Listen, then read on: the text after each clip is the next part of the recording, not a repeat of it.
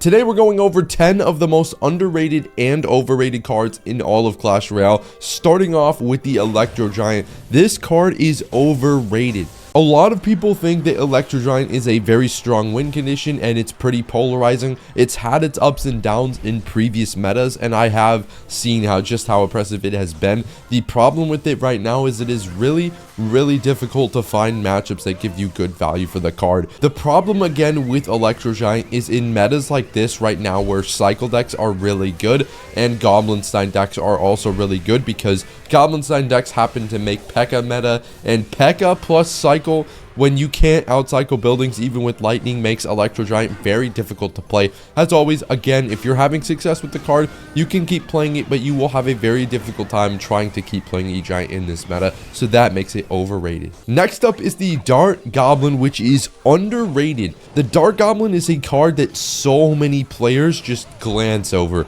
and I was one of those players until I sat down and made a video about a bait deck that had absolutely no counters in the meta, and part of the reason for that was the Dart Goblin. Not only does this card give you insane value on both defense and offense, you can literally play him at the bridge, and if your opponent doesn't have the super fast reflexes, you're getting 300-400 damage for free.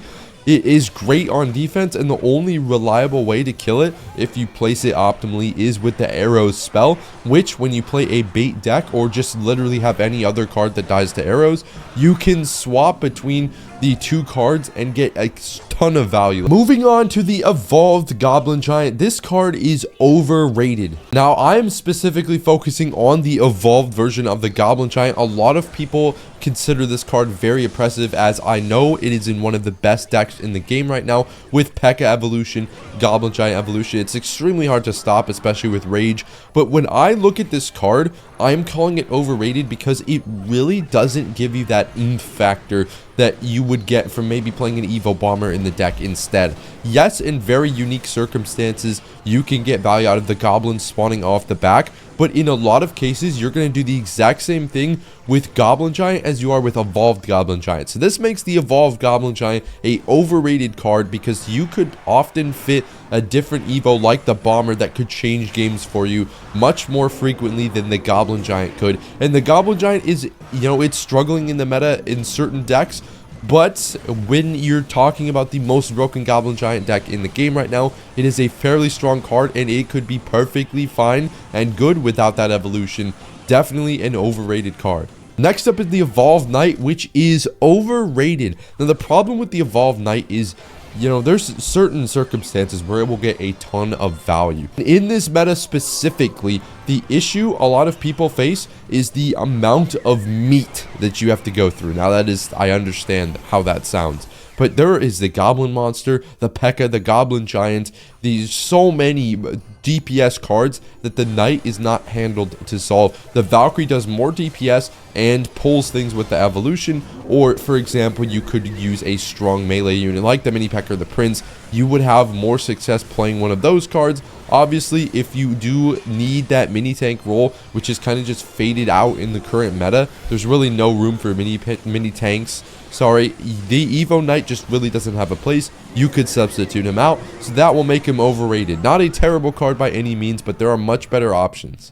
Moving on to the Ice Wizard, a card that is very steadily increasing in popularity. He is underrated. A lot of people think of the Ice Wizard, or just straight up don't see the balance changes a lot of time. Sometimes when they're like very major balance changes, like changing elixir cost or something like that, you'll see people start to know there's a balance changes. A lot of people don't even know that the Ice Wizard got buffed, and that is why it has been becoming a staple in things like Mortar and things like Bridge Spam. This might be, obviously we're not talking about the Goblinstein, the second best with the first best with an asterisk defensive card in the entire game. The radius buff was a brilliant idea to allow him to hit more things, and now the previous issue was Ice Wizard was only able to be used in decks that had a tornado, because you had to tornado things together to make the Ice Wiz splash everything, and now you cannot have to use tornado in your deck, which frees up another slot and allows the Ice Wizard to be in a bunch of different decks, making him a much more versatile and underrated card. You could probably fit Ice Wizard into your deck if you tried right now. Moving on to the X-Bow, this card is overrated. A lot of people either get countered by X-Bow or are playing a deck which just, I guess, gets countered by X-Bow, or kind of are casual players that understand that X-Bow is very polarizing to go against and seems like a very strong deck. It can be, and just X-Bow as a card, obviously in the meta right now with Goblinstein, a lot of cards are going to be underrated and overrated based on the meta. The X-Bow is terrible in the meta, and although it might beat your deck, that does not mean that X-Bow players aren't struggling right now. X-Bow is nowhere to be seen on top ladder. Obviously, you can push if you snipe certain players sometimes, but X-Bow is really struggling in the current meta, does not have a lot of good matchups, and requires an insane amount of time to be put into the deck to win certain matchups, whereas you could just play a different cycle deck or something like that, one of them that's better in the meta, and have a much easier time. So that makes X-Bow one of the most overrated cards I feel like casuals and just the general player base look at. Going on to Fisherman, this is one of my favorite cards in the game, and he is underrated. A lot of people don't get the full potential out of the Fisherman when they play him or when they see their opponents play him, so they don't understand how much value he gets. I put him very high on my new tier list. I didn't see a lot of people like question that, but there were a lot of like just, I guess not a lot, but several questions I saw about the Fisherman. The Fisherman gets consistent value with placements to activate the Hog Riders, everything else, Goblinsteins, pulling things to King Tower, activating off things like Mega Knight, things like Valkyrie. His biggest strength is being able to play extremely aggressively on offense and use the Fisherman to either bail you out on defense or just pull things out on offense. He is probably, off the top of my head right now, the best dual threat. Again, we don't count the Goblinstein in any of these best claims. He is most likely the best offensive and defensive dual threat card in the game because you can pull your opponent's counters off like a P.E.K.K.A. You could pull it off your Royal Giant, or you could use it to pull a Mega Knight on your side of the arena.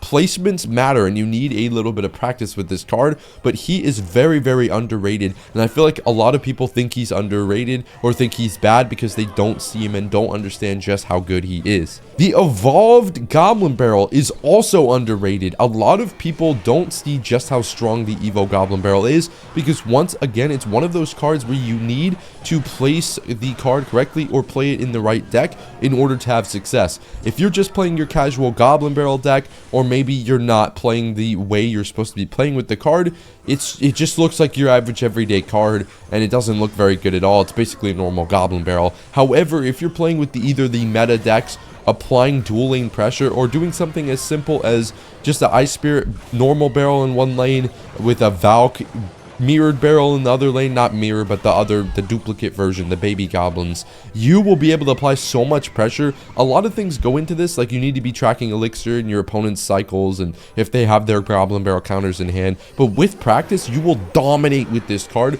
because of the sheer amount of value it gets every time you play it, as long as you're playing it in the right deck and playing it correctly. It kind of is a bummer that you can't just plug and play this deck into your card, or the card into your deck, and have it work, but that is what goes on with the card. It is a very underrated card in my opinion. Moving on to the Hunter, this is an overrated card. A lot of people like the Hunter and like the upside it provides. I do think that this card is an evolution away from being a very good card in the meta. The issue with the Hunter is it doesn't get consistent value over its counterparts. Yes, the Hunter's upside is ridiculous, and it is great when it deals high DPS and gets put in those situations where it will actually work. The issue is, a lot of the time, you would be better off having a card like the Firecracker, the Musketeer, even the Queen, for example. The Queen, and just the basic thing is the Hunter does damage, crazy damage, and that is something that gives it like why I would play it. The problem is a lot of these other cards give just a little bit less damage, and when paired with a building or something, can do the exact same thing that the Hunter does. So the Hunter really doesn't have a place in the meta where and it has basically no offensive value, which is another problem compared to the range of the other cards. Its range, offensive value, drag it down, and it's not that consistent, which makes it one of the more overrated cards in the game, even though I think it's very, very close to being good in the game with maybe an evolution or something like that. So it did just get a nice HP buff, which makes it survive Fireball Zap, so that's cool. Hope you guys enjoyed this video. Let me know what you think down in the comments, and I hope you guys have a great rest of your day.